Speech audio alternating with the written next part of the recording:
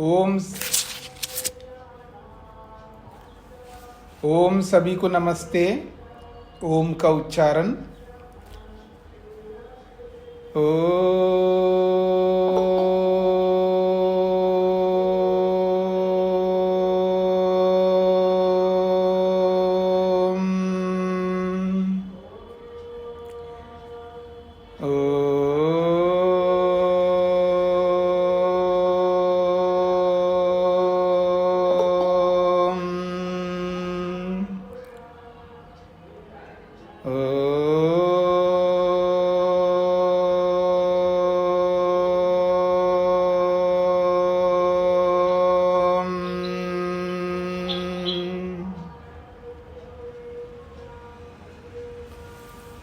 न्याय दर्शन की 237वीं कक्षा।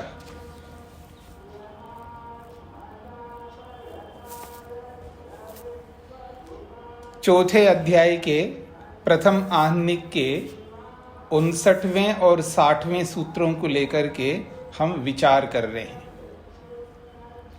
प्रसंग है अपवर्ग की परीक्षा। अपवर्ग होता है अथवा नहीं होता है। प्रश्नकर्ता अपवर्ग का खंडन कर रहा है। अपवर्ग नहीं हो सकता। अपवर्ग के न होने के उसके 3 हेतु हैं, 3 कारण हैं। आपको अवन की आवाज आ रही है? हवन हो रहा है यहाँ पर। उसकी मंत्रों की ध्वनि आ रही है आप लोगों को?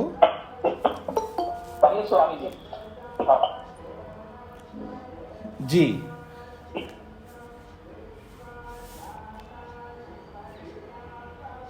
अजमेर में ऋषि उद्यान में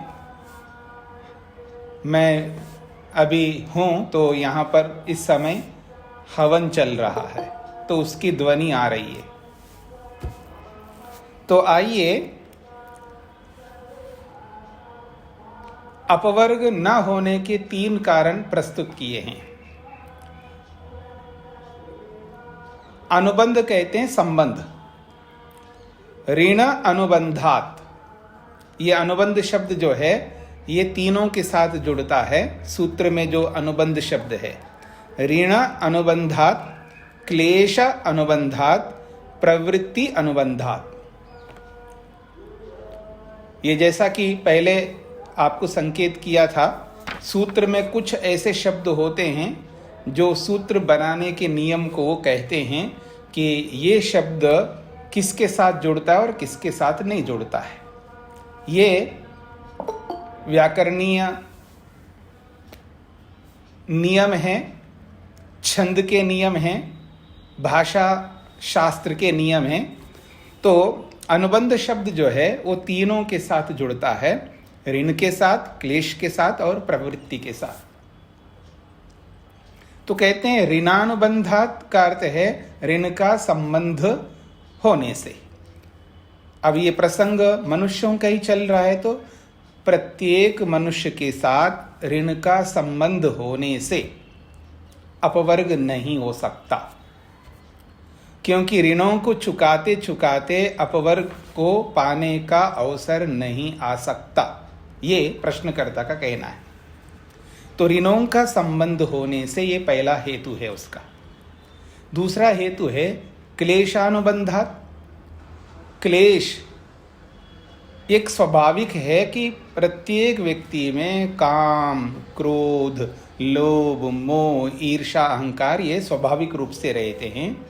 इनको हटाना ये वैसा ही है जैसे अग्नि में से आप हीट को, अग्नि में से गर्मी को आप हटाना चाहते हो, पानी में से शीतलता को आप हटाना चाहते हो। ये ऐसा ही है कि वस्तु के स्वभाव को आप हटा नहीं सकते। क्लेश एक ऐसे हैं, ये आत्मा के साथ साक्षात स्वभाव से ही संबंध हैं, इनको दूर नहीं किया जा सकता। लोगों की ऐसी ही मान्यता है हैं। तो इसी बात को वो ध्यान में रखते हुए कहता है, क्लेशों का संबंध प्रत्येक मनुष्य के साथ स्वाभाविक रूप से होने से अपवर्ग नहीं हो सकता। देखिए, आप लोग जो एडमिट करने वाले, किसी को एडमिट मत करिएगा, क्योंकि ये व्यवधान उत्पन्न कर रहे हैं। जैसे 6 बजता है, तुरंत कक्षा शुरू हो या ना हो, पर एडमिट करना बंद करना है। तो ऋणों का संबंध, क्लेशों का संबंध। तीसरी बात कहिए प्रवृत्ति। प्रवृत्ति का मतलब है कर्म। पीछे हमने प्रवृत्ति को लेकर के चर्चा की है। तो ये जो प्रवृत्ति है, मानसिक रूप से, वाचनिक रूप से, शारीरिक रूप से इतने कर्म करने होते हमें, और ये स्वाभाविक रूप से हम करते ही जाते कर्म। और इन कर्मों को किए बिना हम संसार में नहीं रह सकते। तो इन्हीं कर्मों को पूरा करने के लिए हमारे पास वक्त नहीं है, समय नहीं है, अवसर नहीं है। तो आप ये कहते हो कि बिना कामना के, बिना अपेक्षा के आप ऐसे कर्म कर दो जिसको आप निष्काम कहते हो, क्योंकि अपवर्ग मोक्ष तो निष्काम कर्म से मिलने वाला है। और बिना कामना के कोई कर्म हम कर नहीं सकते। ये मनुष्य का स्वभाव है। कामना ना हो तो कौन करे? कामना से ही कर्म नहीं करता आदमी, और बिना कामना के कर्म करने का आप उपदेश करो तो कौन करेगा? इसलिए हमारी जो प्रवृत्ति है ये कह रही है कि हर व्यक्ति किसी न किसी उद्देश्य को, किसी न किसी कामना को, अभिलाषा को सामने रख करके कर्म करता है। बिना कामना के कोई पत्ता भी नहीं हिला सकता कोई आदमी। अकामस्य क्रिया काचित नैव विद्यते कर्रिचित, ये मनु महाराज का श्लोक है। बिना कामना के कोई भी कुछ भी नहीं करता। तो इन बातों को ध्यान में रख करके वो कहता है कि ऐसे कर्मों का संबंध आदमी के साथ है तो अपवर्ग का कोई प्रश्न ही नहीं आ सकता। ये 3 प्रमुख उसने कारण प्रस्तुत किए। इन तीनों में से एक कारण को हमने समझने का प्रयास पीछे के पाठ में किया था, उसका संक्षेप से मैं आपके सामने रख रहा हूं। जायमानो ह वै ब्राह्मण त्रिभिः ऋणैः ऋणवान जायते। उत्पन्न होता हुआ बालक तीनों ऋणों से जुड़ करके ऋण वाला उत्पन्न होता है, यानी ऋणों को लेकर के ही उत्पन्न हो रहा है। ब्रह्मचर्य का पालन करते उसको ऋषि ऋण पूरा करना होता है। ब्रह्मचर्येन ऋषिभ्यः यज्ञेन देवेभ्यः, यज्ञ के माध्यम से देवों के ऋण को पूरा करना होता है। और प्रजया, संतानोत्पत्ति से पितृ ऋण को पूरा करना होता है। इति ऋणानि, ये 3 प्रकार के ऋण हैं। तेषाम अनुबंध, इन तीनों ऋणों का संबंध प्रत्येक मनुष्य के साथ है। स्वकर्म भी संबंध, ये कोई ऐसे कोई थोपा नहीं जा रहा है। स्वकर्म भी संबंध, ये अपने कर्मों के कारण से उसके साथ, मनुष्य के साथ संबंध है। एक स्वाभाविक संबंध है। ये तो करना ही होता है व्यक्ति को। अपने ही कर्मों के कारण से इन तीनों के साथ वो जुड़ा हुआ है। और हर कोई व्यक्ति माता पिता से जुड़ा हुआ है, इसको आप अलग नहीं कर सकते। और जिनसे इतना सहयोग करते हैं देवों से, उनको आप अलग नहीं कर सकते। और जो भी हम पढ़ते हैं, किसी भी विद्या को पढ़ते हैं, तो जिनसे हम पढ़ते हैं उनके ऋण को आप झुटलाया नहीं सकते। तो कर्म संबंध वचनात्, इस प्रकार के इन 3 प्रकार के ऋणों को पूरा करने के कर्मों का संबंध मनुष्य के साथ होने से, ये ऐसा संबंध है जरा मरियम, ये तो बुढ़ापे तक, मरणासन्न स्थिति तक। जरा मरियम का मतलब है जब तक बूढ़ा होकर के मरता नहीं है तब तक इन तीनों ऋणों को चुकाना ही होता है। तो जरा मरियम व एतत् सत्रम, ये सत्र, सत्र शब्द यज्ञ के लिए होता है। ये जो सत्र है, ये जो यज्ञ है, ये जीवन का जो यज्ञ है, ये जरा मरियम है। जब तक बूढ़ा होकर के मरते नहीं है तब तक इस सत्र को, इस यज्ञ को, इन तीनों ऋणों को पूरा करने वाले सत्र को मृत्यु तक करना होता है मनुष्य को।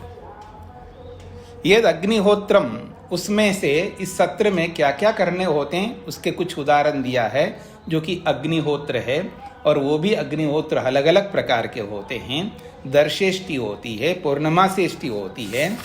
जरया ह एषा तस्मात् सत्रात् विमुच्यते, जब बुढ़ापा आती है, जब मृत्यु होने लगती है, तस्मात् इस ऋणों से, इस सत्र से तब जाकर के वो मुक्त होता है। मृत्युना व, अथवा जब मर जाए तब इन ऋणों से वो मुक्त होता है। जब इतना बूढ़ा हो जाता है, जरयाः एषः तस्मात् सत्राद् विमुच्यते, ऐसी जरा, ऐसी बुढ़ापा जिसमें कुछ नहीं कर सकता हो, तब इस सत्र से वो मुक्त होगा। अथवा मृत्युना, मृत्युना व, मृत्यु हाने से इन ऋणों से वो छूट जाएगा। तब तक इन ऋणों को करने के लिए मेहनत करना होता है, तो अपवर्ग का कोई अवसर ही नहीं है। ऋणानुबंधात् अपवर्ग अनुष्ठान कालो न अस्ति इति अपवर्ग अभाव।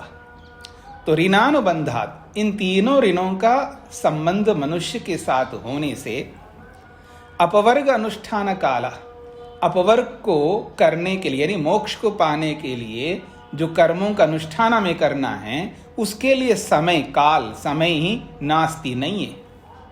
जब मुक्ति के लिए कुछ करने के लिए समय ही नहीं है, तो नास्ति अपवर्ग, अपवर्ग ही नहीं है। इसलिए अपवर्ग अभाव, अपवर्ग कोई नहीं हो सकता, मुक्ति मोक्ष कुछ नहीं है। ये कब सब कहने की बात है, ये प्रश्नकर्ता का कहना है। तो ये उसने ऋणों को ध्यान में रख करके ये बात कही है। दूसरी बात, क्लेशानुबंधात नास्ति अपवर्गः। वो कहता है क्लेशानुबंधात, क्लेशों का संबंध मनुष्य के साथ होने से यह अपवर्ग नहीं हो सकता। क्लेशानुबंध एव अयम म्रियते, ये जो अयम मनुष्य है, अयम का मतलब ये मनुष्य जो है, क्लेशानुबंध, क्लेशों को लेकर के ही पैदा होता है और इन क्लेशों को लेकर के ही म्रियते, मरता है। जब पैदा होता है आदमी, क्लेशों को लेकर के ही पैदा होता है और पैदा होते ही उसके साथ ये क्लेश जुड़ जाते हैं। बाल्यावस्था का जो क्लेश है वो अलग प्रकार का है, किशोर अवस्था का क्लेश अलग प्रकार का है, युवा अवस्था का क्लेश अलग प्रकार का है, प्रौढ़ अवस्था का क्लेश अलग प्रकार का है, वृद्ध अवस्था का क्लेश अलग प्रकार का है। तो ये अलग अलग क्लेशों को लेकर के आदमी जन्म से ही जुड़ा रहता है और म्रियते, जब तक मरता नहीं तब तक ये क्लेश जुड़े रहते हैं। तो क्लेशानुबंधश्च जायते, इसलिए क्लेशों को लेकर के ही जायते उत्पन्न होता है और क्लेशों को लेकर के ही मरता है। न अस्य क्लेशानुबंध विच्छेदः गृह्यते, उस आदमी के साथ क्लेशों का जो संबंध है इसका विच्छेद होता हुआ, क्लेशों से रहित होता हुआ कहीं भी देखा नहीं जाता। हर आदमी क्लेशों से जुड़ा हुआ ही दिखता है। जब क्लेशों से जुड़ा हुआ ही दिखता है, क्लेशों से रहित कोई दिखता नहीं है, तो अपवर्ग के लिए कहाँ समय उसके पास। ये दूसरा कारण उसने प्रस्तुत किया है। अब तीसरा कारण, प्रवृत्ति अनुबंधात न अस्ति अपवर्गः। प्रवृत्ति का यानी कर्मों का संबंध मनुष्य के साथ होने से इन्हीं कर्मों से फुर्सत नहीं मिल रहा है, तो अपवर्ग कहाँ होगा। वो कहता है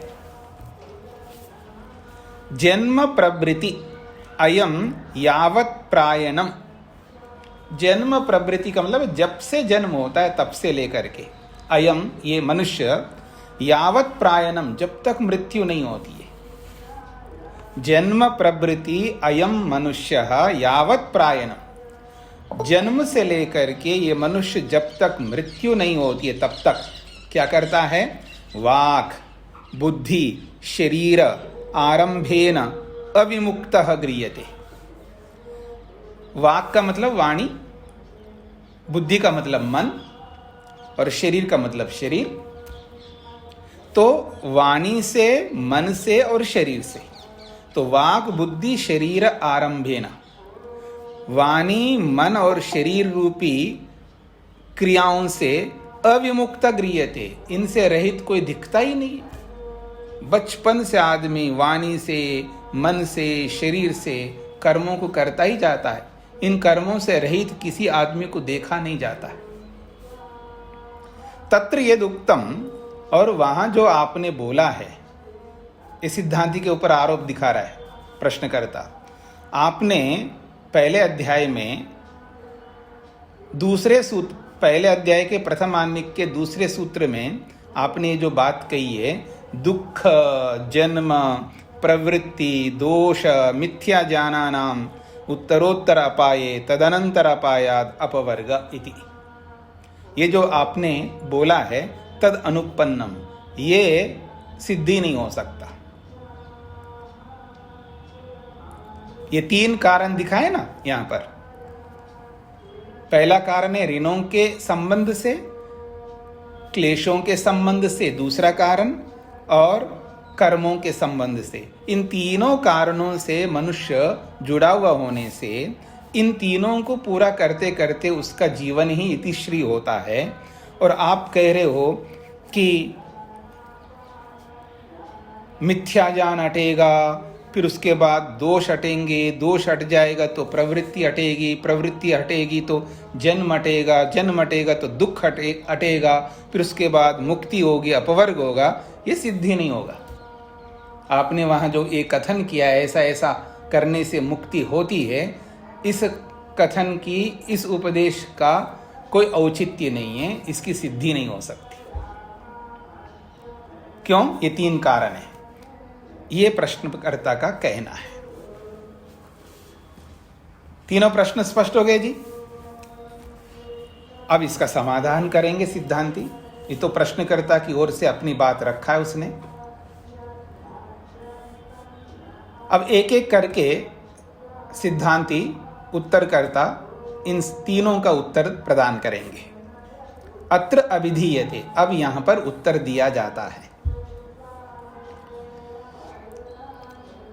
यत्तावद ऋणानुबंधाद इति, जो आपने पहला हेतु दिया है, पहला कारण बताया है कि ऋणों का संबंध होने से, मनुष्य के साथ ऋणों का संबंध होने से मुक्ति, मोक्ष, अपवर्ग नहीं हो सकता, ये जो बोला है, जिनको आपने ऋण बोला है,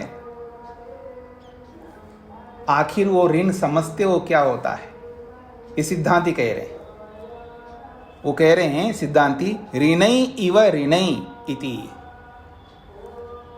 ऋणई इव, ऋणों के समान वो ऋण है।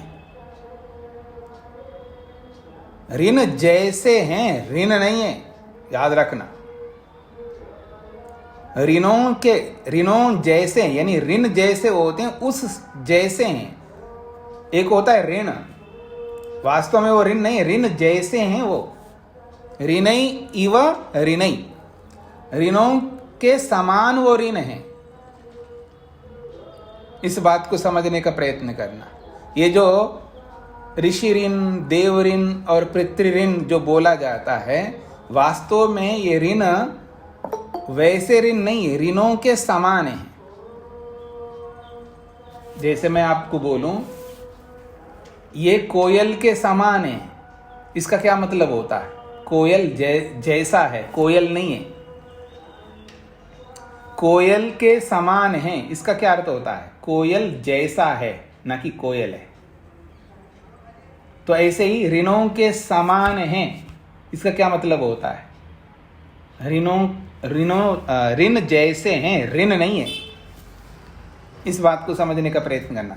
तो पहली बात ये स्पष्ट कर रहे हैं, जो हम लोग बोलते हैं ऋण है, ऋण है, ऋण है, तो ये ऋण जैसे हैं, ऋण नहीं है। अर्थात गौण रूप से इनको ऋण बोला जा रहा है, वैसे ऋण नहीं है जैसे ऋण होते हैं। स्पष्ट हो गया आप लोगों को? अब इसी बात को समझाते हैं सूत्रकार सूत्र के माध्यम से और भाष्यकार भाष्य सूत्र को समझाते हुए,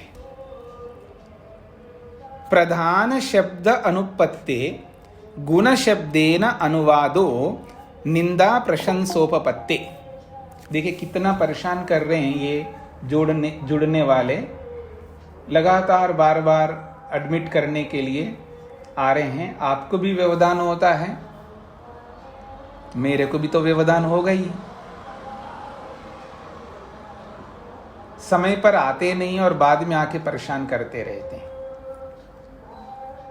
ठीक है, तो सूत्र में अनुवादी सूत्र मिसप्रिंट लिखा है, यहां पर प्रिंट ठीक नहीं हुआ है, उसको ठीक कर लीजिएगा। प्रधान शब्द अनुपपत्तेः गुण शब्देन अनुवादी, दी लिखा है ना, इसको दो करना है, दी को दो करना है।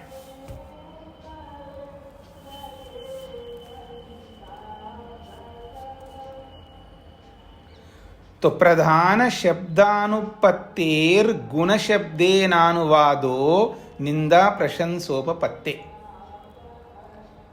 अब इसके शब्दों को अलग करेंगे।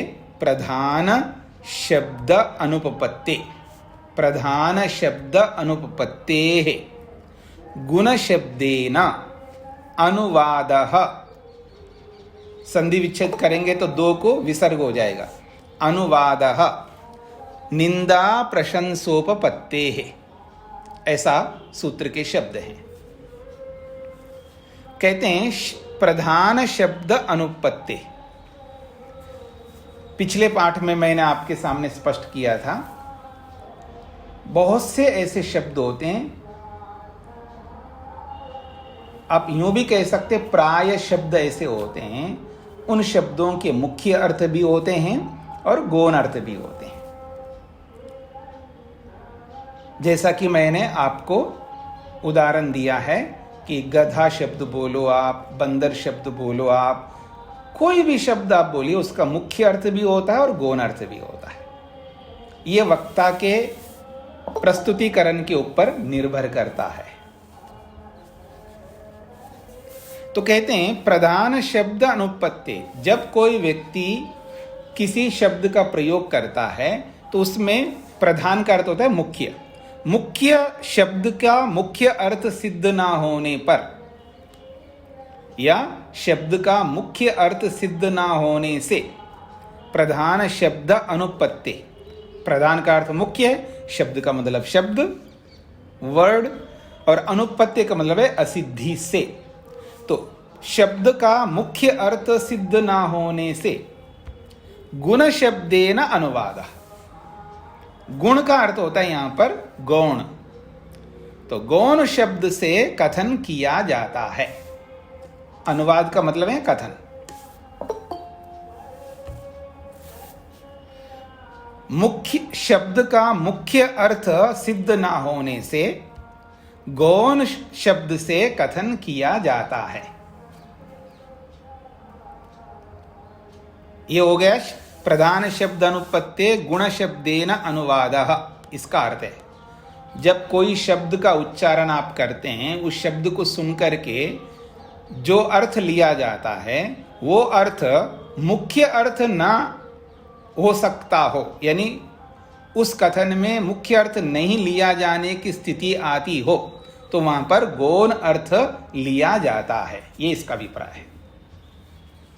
जब कोई कथन करता है व्यक्ति, तो उस कथन में जो शब्द का प्रयोग करता है, उस शब्द का मुख्य अर्थ वहां पर लागू न होने की स्थिति होती हो, तो गौण अर्थ उस शब्द का लिया जाता है। क्यों ऐसा लिया जाता है? जब शब्द है तो शब्द का जो अर्थ है, मुख्य अर्थ है, वो लेना चाहिए, तो नहीं लिया जा सकता ना हर जगह। ये आपको भी पता है, सबको पता है। अब किसी आदमी को आप गधा बोलेंगे तो मुख्य अर्थ कैसे लोगे आप? गधा शब्द का मुख्य अर्थ तो गधा ही होता है। अब वहां आदमी को गधा बोलेंगे तो मुख्य अर्थ कैसे लोगे आप? किसी आदमी को अग्नि बोला है तो मुख्य अर्थ कैसे लोगे आप? किसी आदमी को शेर बोला है, किसी आदमी को गीदड़ बोला है, तो मुख्य अर्थ कैसे लोगे आप? तो जब कोई शब्द का प्रयोग किया जाता है तो उस शब्द का मुख्य अर्थ वहां पर लागू ना होने से गौण अर्थ लिया जाता है। ये इस शब्द का अर्थ हो गया। क्यों ऐसा गौण अर्थ लिया जाता है? तो उसके दो हेतु बताएं। गौण अर्थ लेने के पीछे निंदा प्रशंसोपपत्ति, निंदा और प्रशंसा की सिद्धि होने से।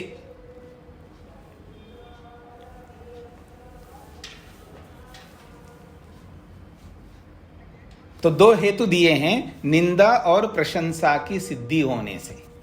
जब गौण अर्थ प्रस्तुत किया जाता है उस गौण अर्थ से दो बातें निकल के आती है। या तो आप उसकी निंदा करना हो तो आप गौण शब्द का प्रयोग करते हो, या आप उसकी प्रशंसा करना चाहते हो तो आप गौण शब्द का प्रयोग करते हो। तो ये दो प्रयोजनों को ध्यान में रख करके मुख्य अर्थ के स्थान पर गौण शब्द का प्रयोग किया जाता है। फिर बोलता हूं मैं, संसार में, व्यवहार में, शास्त्रों में, लोक में, दोनों जगह पर, शास्त्रों में भी लोक में भी, शास्त्रीय प्रयोगों में और लौकिक प्रयोगों में, दोनों प्रयोगों में, सभी प्रयोगों में जब कहीं पर भी शब्दों को गौण रूप से कथन किया जाता है उसके दो प्रयोजन होते हैं। एक प्रयोजन है उसकी निंदा करना है, इसलिए गौण रूप से उस शब्द का प्रयोग होता है, अथवा उस व्यक्ति की प्रशंसा करनी है, इसलिए गौण शब्द का प्रयोग किया जाता है। ये स्पष्ट हो गया जी। अब जब मान लीजिएगा आप किसी को गधा बोलते हो तो आप गौण शब्द का प्रयोग कर रहे हो और आपको स्पष्ट हो गया कि गधा क्यों बोल रहे हैं, उसकी निंदा करनी है आपको। इसको कितना समझाया, इसको फिर भी समझ में नहीं आ रहा है, तो गधा है। तो आप उसकी क्या कर रहे हो जी? निंदा कर रहे हो। अब किसी की प्रशंसा आपको करनी है, ये तो बहुत ही आक्रामक काम करता है जी, इसको सौंप दो तो ये कर ही डालेगा, ये तो शेर है, शेर। तो अब उसकी प्रशंसा आप कर रहे हो, तो प्रशंसा के लिए आप गौण शब्द का प्रयोग करते हो, या किसी की निंदा के लिए आप गौण शब्द का प्रयोग करते हो। ठीक इसी प्रकार से कि जायमानो ह वै ब्राह्मणः त्रिभिः ऋणैः ऋणवान् जायते, ये जो बोला है तो यहाँ ऋणैः इति नायम प्रधान शब्द।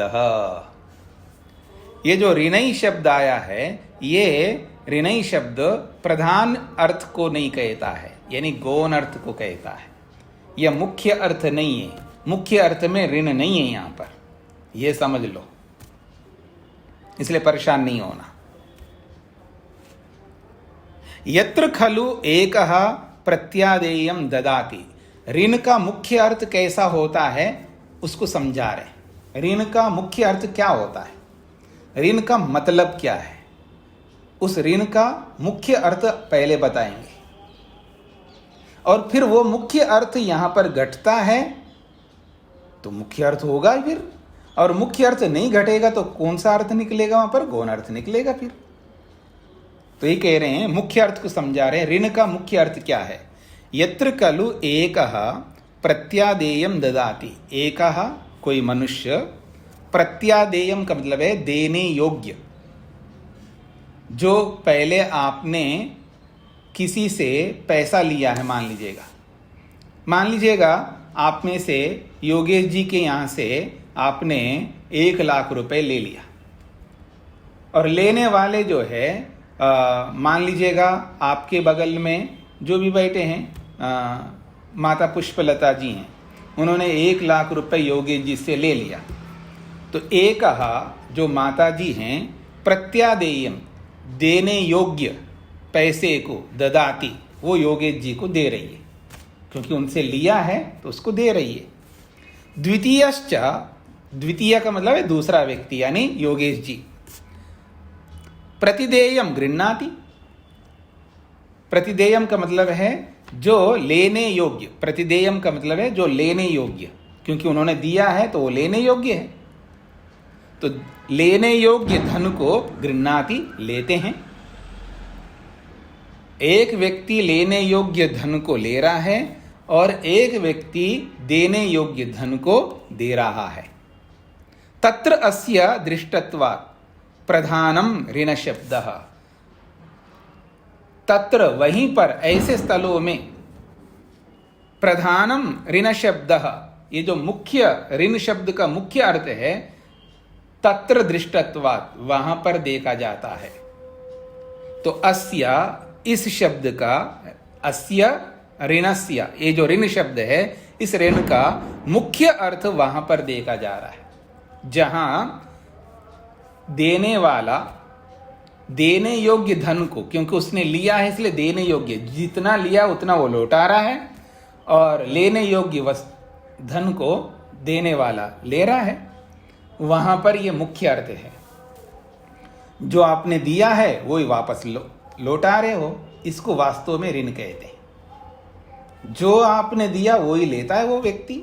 लाख दिया है तो लाख लेता है, जितना दिया उतना लेता है। वो एक अलग बात है कि उसके ऊपर ब्याज एक्स्ट्रा लेता है, अतिरिक्त लेता है, वो एक अलग चीज है। पर जितना दिया मूल तो लेता ही लेता है वो। ऋण तो इसी को कहते हैं। ये मुख्य अर्थ है। वो कहते हैं न च एतद इह उपपद्यते, और ये जो मुख्य अर्थ है इस प्रसंग में तो सिद्धि नहीं हो सकता। न च एतद इह उपपद्यते, ये जो ऋण का जो मुख्य अर्थ है यहां पर सिद्ध नहीं हो सकता। प्रधान शब्द अनुपत्ति, मुख्य अर्थ यहां पर तो सिद्धि नहीं हो पाएगा। जब मुख्य अर्थ यहां सिद्ध नहीं होगा तो क्या अर्थ लेना होगा आपको? गौण अर्थ लेना होगा। इसलिए कहते हैं गुण शब्देन अयम अनुवादः। इसलिए जब मुख्य अर्थ नहीं निकलता है तो गौण शब्द से इसका अनुवाद, इसका कथन किया जाता है। अब वो गौण अर्थ क्या होगा? तो कह रहे हैं ऋणई इव ऋणई इति, ऋणों जैसा ऋण होने से, ऋणों के समान ऋण होने से। ऋणई इव का मतलब है ऋणों के समान, और ऋणई का मतलब है ऋण होने से। तो ऋणों के समान ऋण होने से, यानी ऋण जैसा ऋण है ये। ऋण जैसा का मतलब है मानो जैसे ऋण में होता है उस जैसा कार्य हो रहा है। गौण अर्थ में है तो गौण अर्थ ही लेना होगा, मुख्य अर्थ नहीं ले सकते। फिर कहा है प्रयुक्तोपमम च एतद, ये तो उपमा के रूप में प्रयोग किया गया है। उपमा तो इसी तरह होता है जैसे मैंने बोला है, ये तो कोयल है। तो जब किसी को ये तो कोयल है तो इसका मतलब क्या? वो पक्षी है। जिसको आपने ये तो कोयल है बोला आपने, तो वो पक्षी है। और ये उड़ती है क्या? क्या उसके पंख है क्या? और वो काली है क्या? जिसको आपने ये तो कोयल बोला है, तो कोयल जिसको आप बोला तो मान लो कोई माँ है, कोई बहन है। न तो काली है, न उड़ती है, और न वो पक्षी है। फिर कैसे बोला आपने इसको कोयल है? तो इसका ये अर्थ आप बोलते हैं कोयल जैसी है। ये तो बोलोगे आप किसी माँ को, किसी बहन को जो गा रही है, तो उसके गाने को सुन करके आपने बोले तो कोयल की तरह बोलती, इसलिए तो कोयल है। तो जब कोयल ऐसा बोला है तो मुख्य अर्थ जब घटता नहीं है तो आप क्या अर्थ लेते हो? तो गौण अर्थ लेते हो, यानी कोयल जैसी है। तो ऐसे ही तो ये तीन ऋण चढ़ते हैं आदमी के ऊपर, तो ऋण, तीन ऋण तो मुख्य अर्थ में तो घट नहीं सकते। जब मुख्य अर्थ में घट नहीं सकते तो आप गौण अर्थ में इसको लेंगे, ये कहना चाह रहे। तो प्रयुक्तो उपमम च एतद, तो ये जो उपमम का मतलब उपमा के रूप में प्रयुक्ता है, प्रयोग किया जाता है इस रूप में। यथा, जैसा कि उदाहरण दे रहे हैं, यथा अग्निर्माणव का, मानव का कहते हैं बालक को। किसी बालक को किसी ने बोला ये तो आग है, आग। किसी बच्चे को देख करके बोला है किसी ने अग्निर्माणव का, संस्कृत में तो उसको कहेंगे अग्निर्माणव का। और हाँ जी, जब कोई व्यक्ति किसी से ऋण लेकर के नहीं लौटाता है तो उसकी निंदा करते हैं लोक में। तो उसी को कह रहे हैं कर्मलोपे का मतलब है ऋणी इवा, ऋणी व्यक्ति के समान। ऋणी इवा का मतलब है ऋणी व्यक्ति के समान। जैसे ऋणी कर्मलोपे लिए धन को न लौटाने पर, ऋण अदानात ऋण को न देने के कारण से निंद्यते निंदा का पात्र बनता है।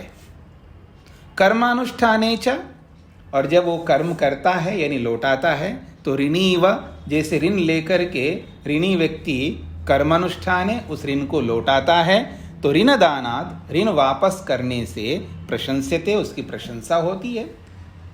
जो ऋण लेकर के जब देता है वापस समय पर देता है, समय से पहले देता है, उसकी सब लोग प्रशंसा करते हैं। और जो ऋण लेकर के समय बीत जाता है फिर भी नहीं देता है, दाएं बाएं होता है, मिलता नहीं है, मिलूंगा बोल करके, तो उसकी निंदा होती है। स एव उपमा उपमार्थः, इसलिए वह जो शब्द है वहाँ यहाँ पर, तो स एव उपमार्था उसी को उपमा में लिया जाता है। जैसे ऋण शब्द है तो यहाँ पर ऋण को उपमा के लिए लिया गया है। ऋणी ऋणवान भवति, वो ऋणों से ऋण वाला बन जाता है, यानी 3 ऋण उसके साथ में जुड़ने के कारण से वो ऋण वाला बनता है। तो यहाँ उपमा के रूप में, जैसे अग्निर्मानव का ये उपमा के रूप में उसको बोला गया। ये बंदर है तो उसको उपमा के रूप में बोला गया है। तो किसी को बंदर बोलना या किसी को शेर बोलना या किसी को आग बोलना, तो ये उपमा के रूप में प्रयोग किया जा रहा है। जैसे इनको उपमा के रूप में प्रयोग करते हैं, ऐसे ऋण शब्द को भी उपमा के रूप में प्रयोग किया गया है यहाँ पर। स एव उपमार्था इति, ये ऋण शब्द जो है वह यह उपमा के लिए प्रयोग में आया है। अब आते हैं जायमान शब्द पर। तो जायमान इति गुण शब्द, वहां पर जो प्रयोग किया गया है जायमान शब्द, जायमानो ह वै ब्राह्मणः, उस वाक्य में जो जायमान शब्द आया है यह गुण शब्द है, ये गौण शब्द है। जायमान का अर्थ होता है, जायमान शब्द का मुख्य अर्थ है उत्पन्न होता हुआ। उत्पन्न होता हुआ बालक को जायमाना कहते हैं, यह मुख्य अर्थ है। पर यहाँ जायमान शब्द उस वाक्य में जो प्रयोग किया गया है, उस वाक्य में जायमान शब्द गौण अर्थ में प्रयुक्त किया गया है। विपर्यये, अगर आप गौण अर्थ में नहीं मानोगे इसको, तो विपर्यये इसको गौण अर्थ न मानने पर अनधिकारा, फिर तो उस बच्चे में ये अधिकार प्राप्ति नहीं होगा, क्योंकि उत्पन्न होता हुआ बालक 3 ऋणों से कभी युक्त नहीं हो सकता। अनधिकार होने से वो अर्थ आप नहीं ले सकते, मुख्य अर्थ नहीं ले सकते।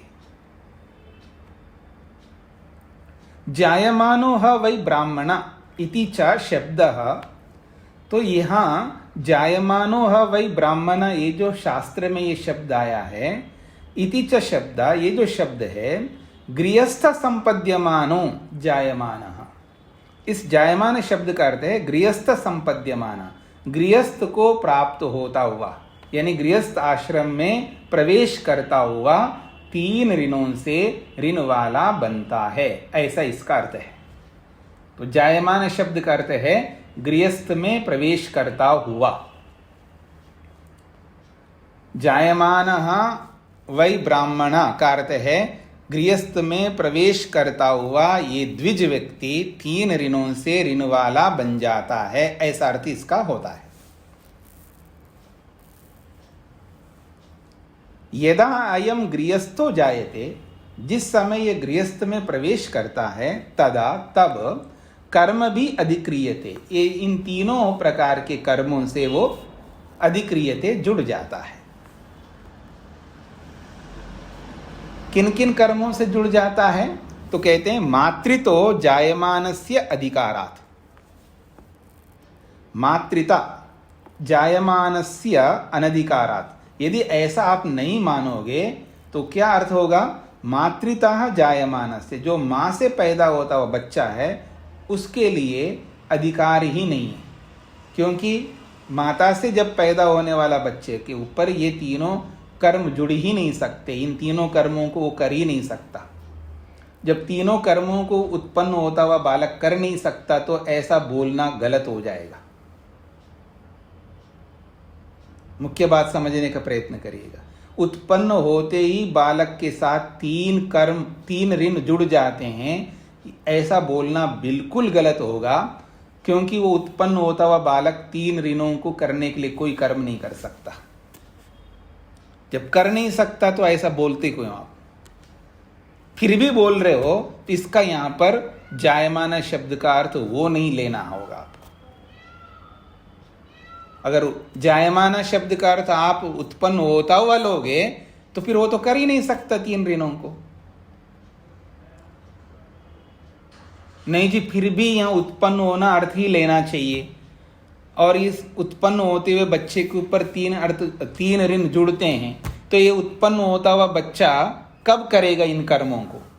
तो आप यही बताओगे जब वो उसकी पत्नी आएगी, यानी शादी करेगा, तभी वो अग्निहोत्र करेगा, तभी वो अग्न्याधान करेगा, अग्नि को स्थापित वो करेगा, तभी वो दर्शेष्टि यज्ञ करेगा, तभी वो पूर्णमासेष्टि यज्ञ करेगा, तभी वो संतानोत्पत्ति करेगा। तो जब वहां पर करेगा तो फिर वही अर्थ यहां ले लो ना जायमाना शब्द का। उससे पहले तो कर नहीं सकता।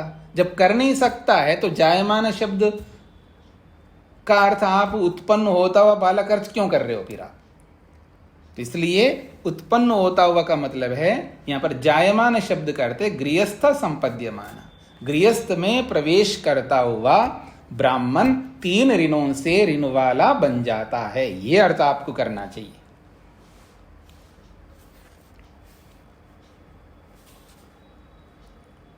स्पष्ट हो गए ना जी?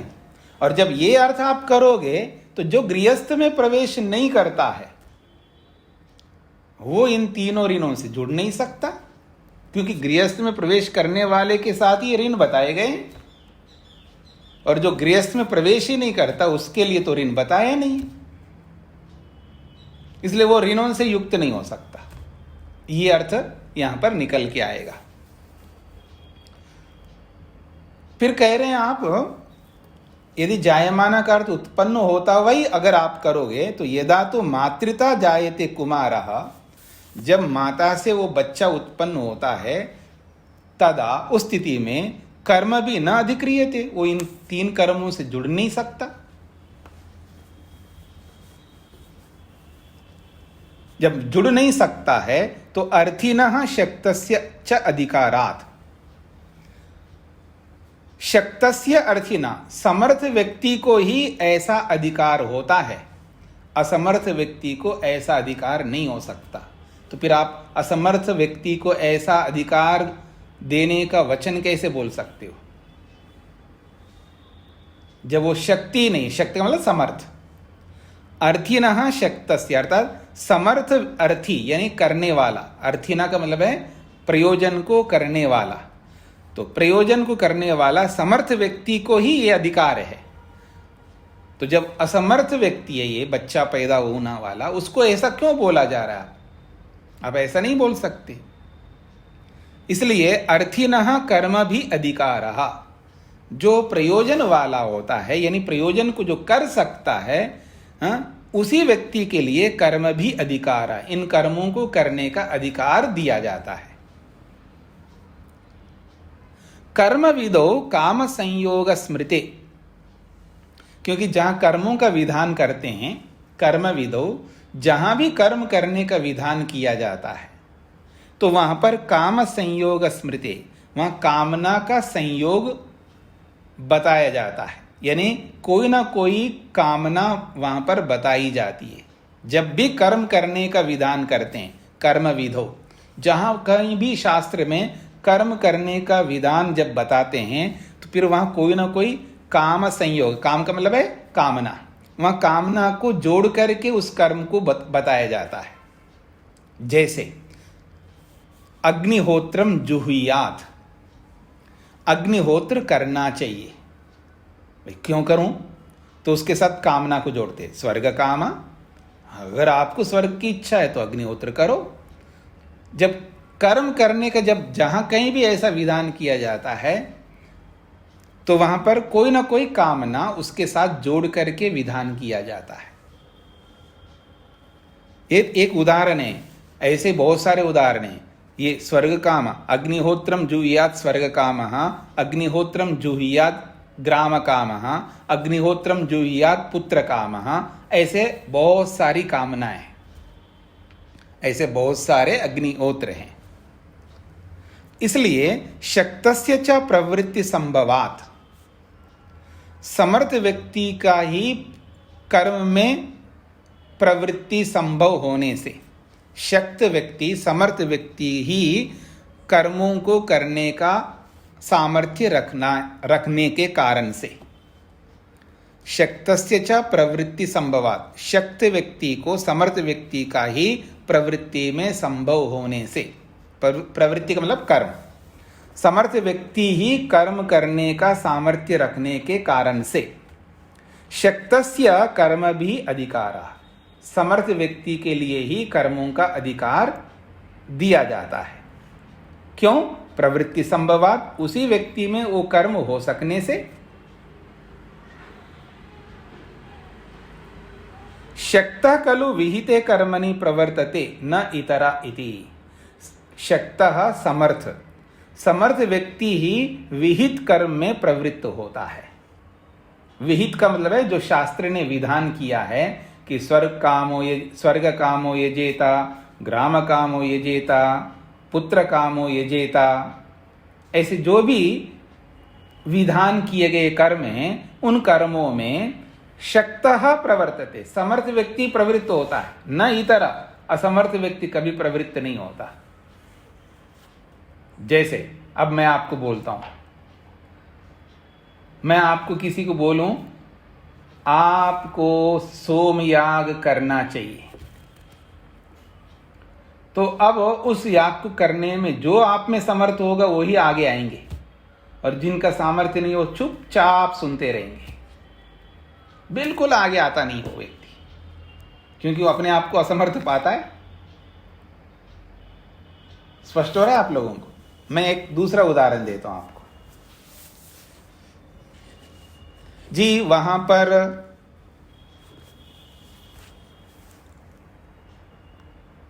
मान लो कोई एक उदाहरण दो जी, दिल्ली में एक गुरुकुल बन रहा है जी, उसके लिए हर आदमी को 10-10 लाख देना है, आपको देना है, ऐसा मैंने बोल दिया मान लीजिएगा। अब 10 लाख देने का सामर्थ्य जो रखेगा ना वही सामने, हाँ जी मैं देता हूं, वो सामने आएगा, हाँ जी मेरा नाम लिख लो जी, वो सामने आएगा। और जो जिसके पास 10 लाख देने का सामर्थ्य नहीं है वो चुपचाप सुनते रहेंगे, कुछ नहीं बोलेंगे। और फिर वहां पर ये बोला जाए ना, हाँ जी बोलिए, आप उत्तर नहीं दे रहे हो, बोलिए, वो तो धीरे धीरे आप क्या करोगे, अपना ये जो वीडियो है ना उसको बंद कर दोगे फिर आप, ठीक है ना। फिर भी हाँ जी आपकी और आवाज नहीं आ रही, तो आप धीरे धीरे जो है लेफ्ट कर दोगे आप इसमें से। स्पष्ट हो रहा है आप लोगों को? तो जो शक्त है, समर्थ है, वो ही आगे आता है, और जो असमर्थ है वो आगे कैसे आएगा? इसलिए कह रहे हैं शक्ता खलु विहिते कर्मणि प्रवर्तते, समर्थ व्यक्ति ही विहित कर्म में प्रवृत्त होता है, न इतरा, असमर्थ व्यक्ति कभी प्रवृत्त नहीं हो सकता। उभय अभावस्तु प्रधान शब्दार्थे, तो इसलिए कह रहे हैं उभय अभावस्तु प्रधान शब्द, अर्थात जायमान शब्द का मुख्य अर्थ अगर लेते हैं तो उभय अभाव, ये दोनों ही अभाव होंगे।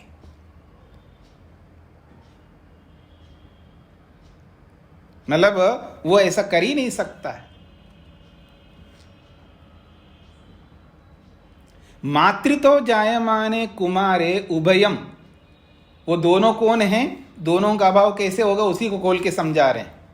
मातृतो जायमाने कुमारे, माता से उत्पन्न बालक में, उभयम अर्थात दोनों का अभाव है। वो दोनों कौन है? अर्थिता शक्तिश्च न भवति, न तो उसके पास में वो प्रयोजन है और न सामर्थ्य है। जो माँ से पैदा हुआ अभी जो बच्चा है, न तो उसको प्रयोजन का पता है, न उसको कोई प्रयोजन है, स्वर्ग को पाना है, मेरे को ये पाना है, वो पाना है, ऐसा कोई प्रयोजन नहीं है।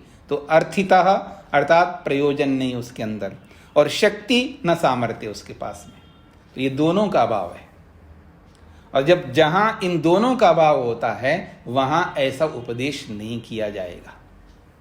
तो ये उपदेश वहीं किया जाएगा जहाँ प्रयोजन भी होता है, वहाँ सामर्थ्य भी होता है। और ये दोनों कहाँ पर होते हैं जी? जब गृहस्थ में जाता है तब ये दोनों होते हैं।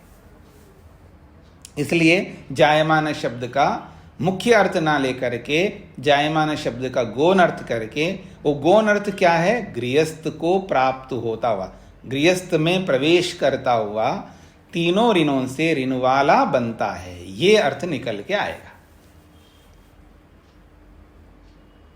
स्पष्ट हो गया जी यहां तक? अब यहां तक जो हमने पढ़ा है, इसके विषय में किसी कोई प्रश्न आ रहा हो, कोई पंक्ति समझ में नहीं आई हो, या कोई शब्द समझ में ना आया हो, तो आप पूछ सकते हैं, क्योंकि बहुत महत्वपूर्ण बातें हैं। इनको बनाए रखना होगा, समझना होगा, प्रश्नकर्ता का प्रश्न और उत्तरकर्ता का उत्तर। अब तक जो आपने पढ़ा है इसमें से कोई शब्द, कोई वाक्य, कोई अभिप्राय? हाँ जी, रूप जी। जी जी, इसमें भी आया है स्टार्टिंग में कि जायमानो हवे ब्राह्मणा इति च। तो स्वामी जी यहाँ पे ब्राह्मणा में सभी आते हैं? हाँ जी, आपका प्रश्न है ब्राह्मण शब्द का अर्थ क्या है। तो ब्राह्मण शब्द एक कॉमन शब्द है। ब्राह्मण का अर्थ यहाँ पर द्विज व्यक्ति है, तीनों वर्णों के लिए ब्राह्मण शब्द का प्रयोग किया है जी। तो स्वामी जी शूद्र के लिए नहीं यहाँ पे प्रयोग किया? जी, शूद्र तो कर नहीं सकता है ना। शूद्र वो होता है ना जो पढ़ा लिखा नहीं होता है, शूद्र होता है जो सेवा करने वाला होता है, वो इन कार्यों को नहीं कर पाता है। ये द्विजों के कार्य है जी। स्वामी धन्यवाद स्वामी जी। स्वामी जी नमस्ते। हाँ जी स्वामी जी 248 पृष्ठ पे दूसरी लाइन में संपद्य मानो का क्या अर्थ बना? हाँ, गृहस्थ संपद्य माना, गृहस्थ में प्रवेश करता हुआ। गृहस्थ संपद्यमान, तो जायमान शब्द का क्या अर्थ है? गृहस्थ संपद्यमान, गृहस्थ में प्रवेश करता हुआ व्यक्ति जायमान शब्द का अर्थ है। हाँ जी, और किसी का कोई प्रश्न? जी धन्यवाद।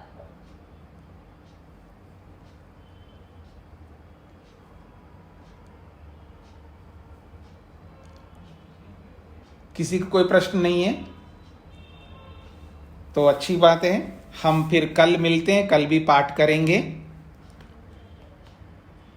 स्वामी जी। हाँ जी, मैं पाठ करा किया था पर हाँ जी। यज्ञ को कामना से क्यों जोड़ा है स्वामी जी? मतलब कोई भी काम करे तो कामना को जोड़ा है। हाँ, तो बिना कामना से कोई कर्म कोई नहीं करता है ना। कामना का मतलब है अभिलाषा, तमन्ना, इच्छा।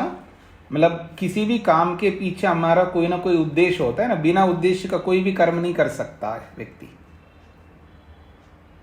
आप बताइए, कोई ऐसा कर्म बताइए जिसमें इसके पीछे कोई उद्देश्य नहीं है। एक भी कर्म आप बताइए, फिर मैं आपको बताता हूं। आप ही नहीं, आप में से कोई भी बोल सकते हैं जी, देखिए जी ये कर्म है, इसके पीछे कोई उद्देश्य नहीं है। ऐसा कोई कर्म नहीं होता है। सारे कर्म कोई ना कोई प्रयोजन को लेकर के होते हैं। जी स्वामी जी धन्यवाद, समझ। हाँ, बस ये है, अगर हम मोक्ष को तो हम लोग सब लोग स्वीकार करते हैं, तो मोक्ष की भी कामना है हमारी। बस ये है, मोक्ष को निष्काम इसलिए बोला जाता है क्योंकि ये पारिभाषिक शब्द है। इसकी चर्चा हम फिर आगे कर सकते हैं, जब निष्काम की जब बात कभी भी करेंगे या आप प्रश्न करेंगे आप में से आगे आने वाले दिनों में, फिर मैं उसको लेकर के, समय भी हो, फिर उस निष्काम शब्द को लेकर के हम बात कर सकते हैं। तो इसको यहीं पर विराम देते हैं। कल मिलते हैं जी, कल कक्षा होगी। ओम शांति शांति शांति।